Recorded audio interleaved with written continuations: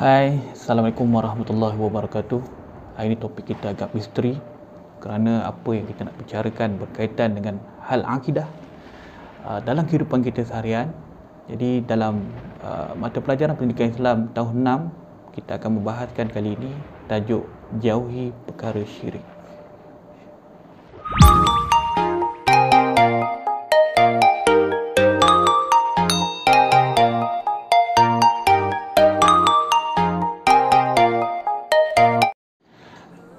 Baiklah adik-adik sekalian, bagi memahami pengertian syirik itu sendiri, saya ingin bertanya pada anda semua, pernahkah anda melihat situasi seperti yang terpapar dalam skrin di belakang?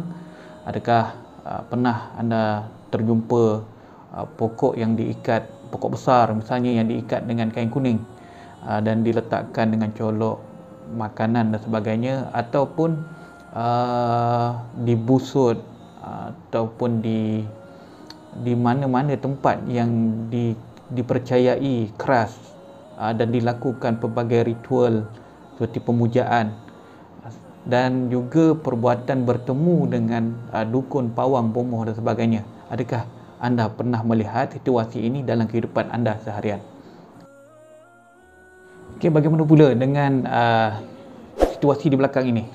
Seperti amalan-amalan khurafat yang lain, misalnya kepercayaan memberi makan kepada makhluk gaib, sama ada dengan menghanyutkannya pada laut atau memberi makanan tersebut di pokok-pokok besar, ataupun melakukan permujaan seperti yang ditera, di mana ada orang yang menjadikan kubur sebagai tempat pemujaan dengan melakukan perbuatan seperti memuja kubur dan membakar colok di kubur tersebut. Ataupun mungkin anda pernah menghadapi situasi seperti ini apabila anda memasuki sebuah kedai makan misalnya, ada terpapar di bahagian kaunter ataupun di dinding kedai tersebut dengan lukisan-lukisan yang tertera seperti gambar di belakang, di mana kita mempercayai bahawa tulisan tersebut ialah azimat, sama ada mereka menggunakan ayat Quran yang telah diselewengkan ataupun ayat-ayat lain, mentera-mentera yang ditulis dengan tulisan Arab, ataupun juga perbuatan memakai azimat, tangkal misalnya, sama ada diikat di pergelangan tangan ataupun diikat di pinggang, ataupun bayi yang diikatkan dengan tangkal di leher. Jadi kita akan bahaskan selepas ini, adakah semua perkara yang kita telah nyatakan tadi berkaitan dengan amalan syirik. Jadi sekalian, marilah kita sama-sama memahami pengertian ataupun maksud perbuatan syirik itu sendiri. Okey, kalau dilihat, syirik bermaksud perbuatan menyekutukan Allah dengan sesuatu yang lain. Ini bermaksud bahawa syirik ialah sebagai orang Islam, kita mempercayai bahawa Allah itu bersifat tunggal, Allah itu bersifat esa, dan hanya kepada Allah lah kita memohon bantuan, pertolongan, dan kita mempercayai bahawa Allah mampu memberikan kita sesuatu kebaikan ataupun juga menjadikan sesuatu yang buruk kepada diri kita.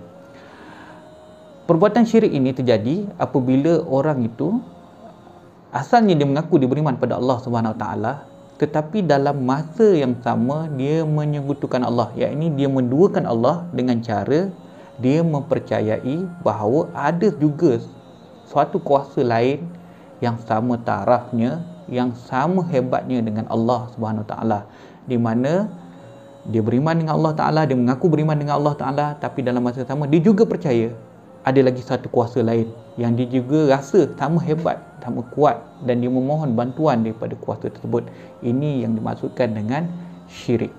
Syirik ini boleh terjadi sama ada dengan perkataan maupun perbuatan, dan juga boleh juga terjadi dengan i'tikad seseorang.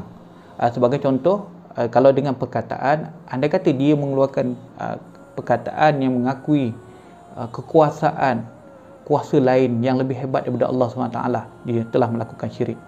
Ataupun dengan sekiranya dengan perbuatan pula, jika dia melakukan amalan-amalan ataupun ritual seperti penyembahan, pemujaan ini juga boleh membawa kepada syirik.